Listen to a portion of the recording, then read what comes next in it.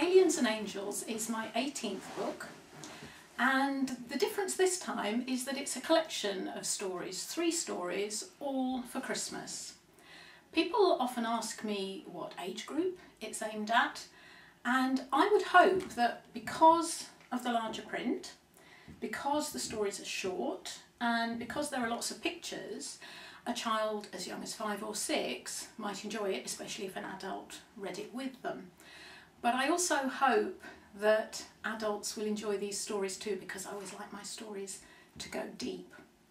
So really, if you like words to be fun and you enjoy a bit of magic, then this book could be for you.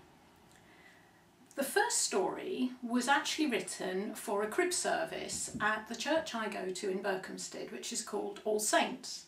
It's a lovely, warm, friendly church, and a couple of years ago, on the Sunday afternoon before Christmas, I was asked to write a story and read it out to the enormous audience, because the church was actually packed.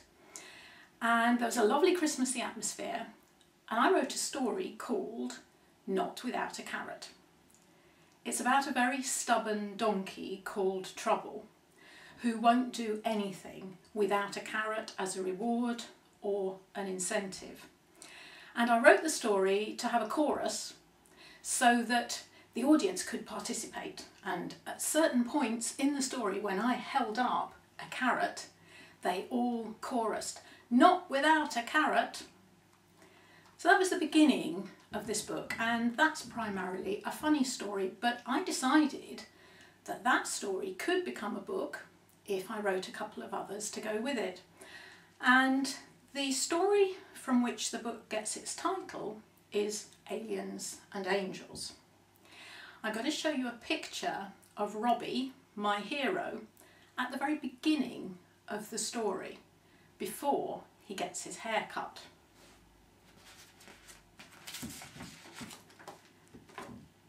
He looks like this, but a little bit later in the story, when the barber has finished cutting his hair, he looks like this. So you can see how he feels about the new Robbie. I'm going to read you a very short extract from the beginning of the story about what he sees when he looks in the mirror and sees this new him. Robbie didn't know that boy. He had a smaller, flatter, harder head. He had bigger ears and sad eyes. It was a boy who could be a shepherd with a tea towel on his head, or a king with a cardboard crown, but not an angel. Robbie felt sorry for that boy. And the point of this story is that, of course, Robbie wants to be an angel more than anything else. But the teacher always chooses girls. I'm going to read another extract from just a little bit later on in the book about that moment in the classroom when the teacher is telling all the children in Robbie's class which part they've got in the Nativity play. And you'll see that there are some extra characters in this play. The kings, shepherds and innkeepers were called out. Robbie waited, but still his name wasn't called. What about the angels? He stopped prodding his rubber with a pencil. Could it be? Was it possible? Hannah, I'd like you to be the chief angel, said Miss Hussain. Also angels, Lily, Jocasta, Soraya, Maddie, Lucy, Sarah and... Robbie looked up, saying his name silently. Robbie. His eyes on Miss Hussain's list. Ah yes, Javine. Javine looked relieved. Maybe she'd been worried about being the back or the front of the donkey. Robbie tore a hole right through the rubber. Michael, the best reader in the class, was a TV presenter who needed a camera crew. Miss Hussain named them all, but Robbie still hadn't been given a part. This year there are aliens too, the teacher added. So everyone else is an extraterrestrial. But Robbie, you're the chief globalob. Everyone laughed. But some of the laughs were too loud and sharp in Robbie's cold ears. They weren't kind. Robbie's cheeks felt hot. "How many legs has a globalob got?" asked Charlie. "How many heads?" asked Freddie. "Robbie's an alien already," wrote Jay on his whiteboard. So you can see that Robbie isn't very happy about being a globalob. And here's another picture from the book. This is one of Robbie's friends being a king.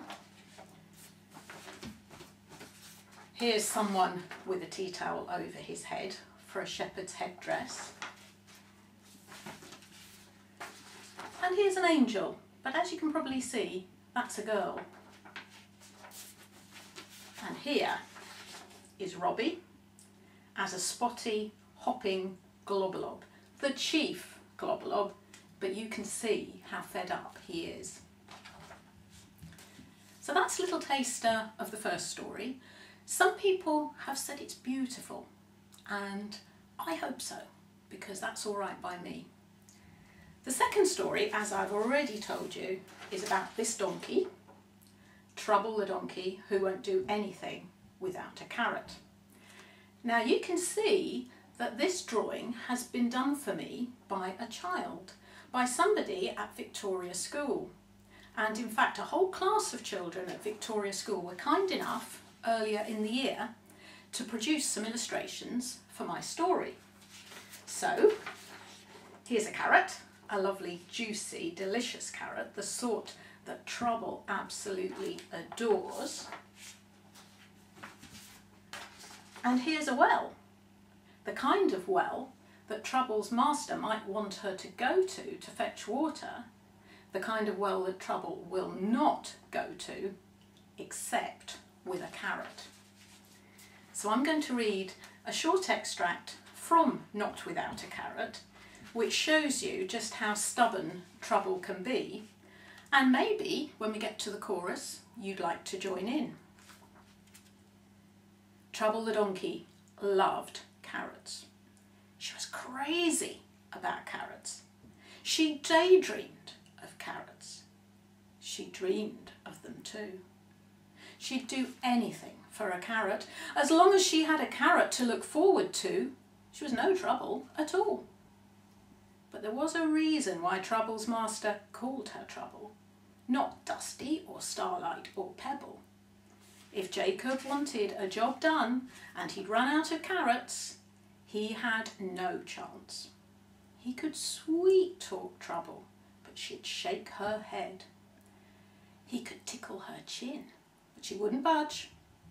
He could ask and plead and give her orders, but it made no difference. She stood as stiff as a frozen lake. She kept her hooves as still as boulders. It didn't matter what he wanted her to do. It didn't make any difference if he tugged at the reins. Even if he lost his temper and beat her with a stick, it had no effect at all. The answer was always the same. "Not without a carrot," she said. The final story in my book is called Bootee for Etta. And of course a bootee is a little knitted shoe that a baby wears before he or she is old enough to walk. The sort of thing that grandmas often like to knit. So it doesn't use very much wool.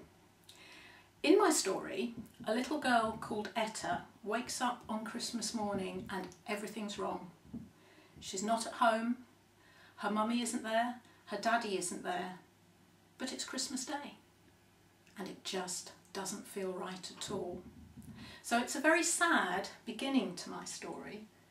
The children at Greenway School in Berkhamsted produced some pictures to illustrate this one, and this is Etta in her pyjamas on Christmas morning.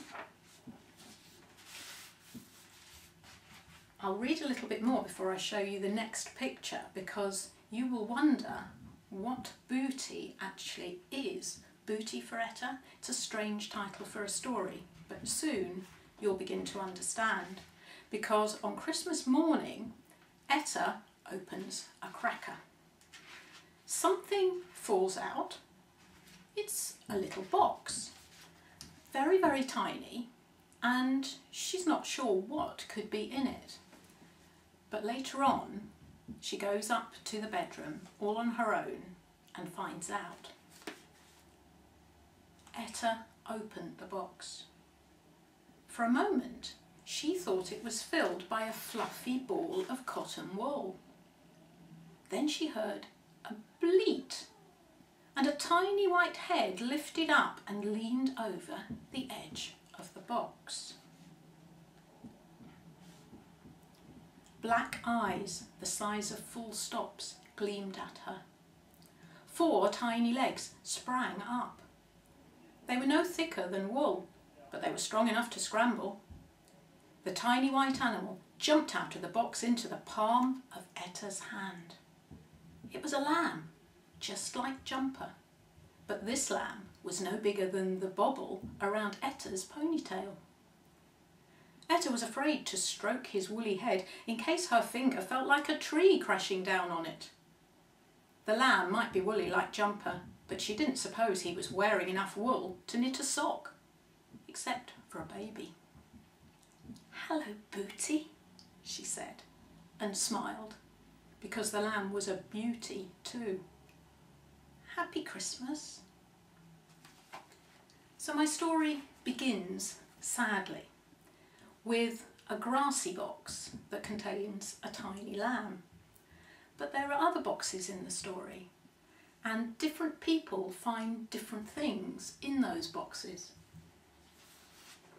There's Bootee, the lamb, in the garden, and this long grass shows you just how small Bootee is.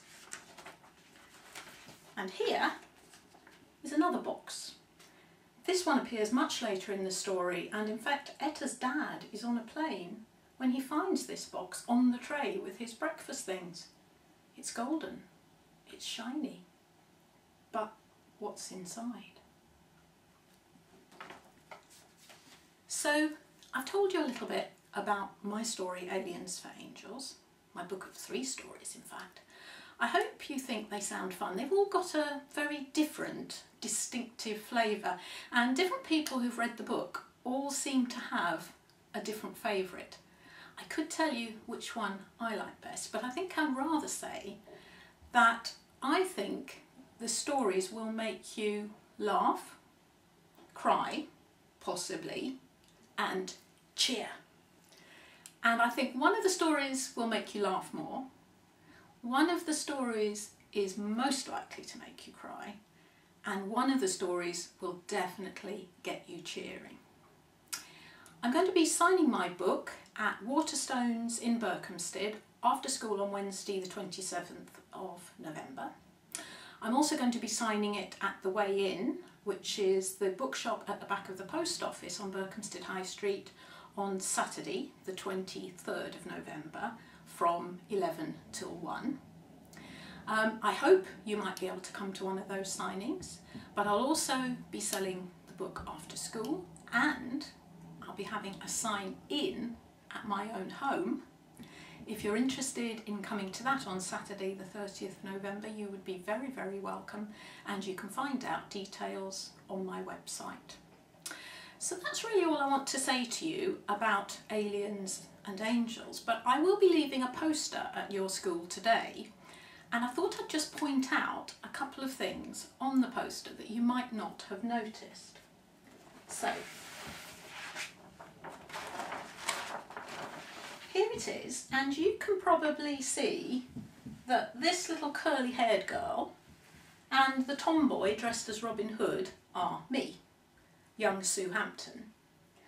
But there are a couple of famous signatures on here that you might not have spotted. So here is a postcard in the handwriting of Michael Morpurgo, who encouraged me to become a writer in the first place by telling me that I wrote beautifully. And that's one of the postcards he sent me before we'd ever met and before I became an author. So that's very special to me. But here, there's another famous name. This is a poet called Ted Hughes, and he's probably the most famous poet that we have had in this country in the last 50 years. If you do English A-level or GCSE, you may study his poetry and you may discover how brilliant he was. And he makes words jump, dance, sing, play, and sometimes stab you through the heart. And he inspired me. So that's to explain some of the images on the poster that I'll be leaving behind, and the poster will remind you of the dates that I've mentioned. I hope you found my little talk about my new book interesting. I hope you'll read it, and I really hope you'll enjoy it. And it's a bit early at the moment, but happy Christmas.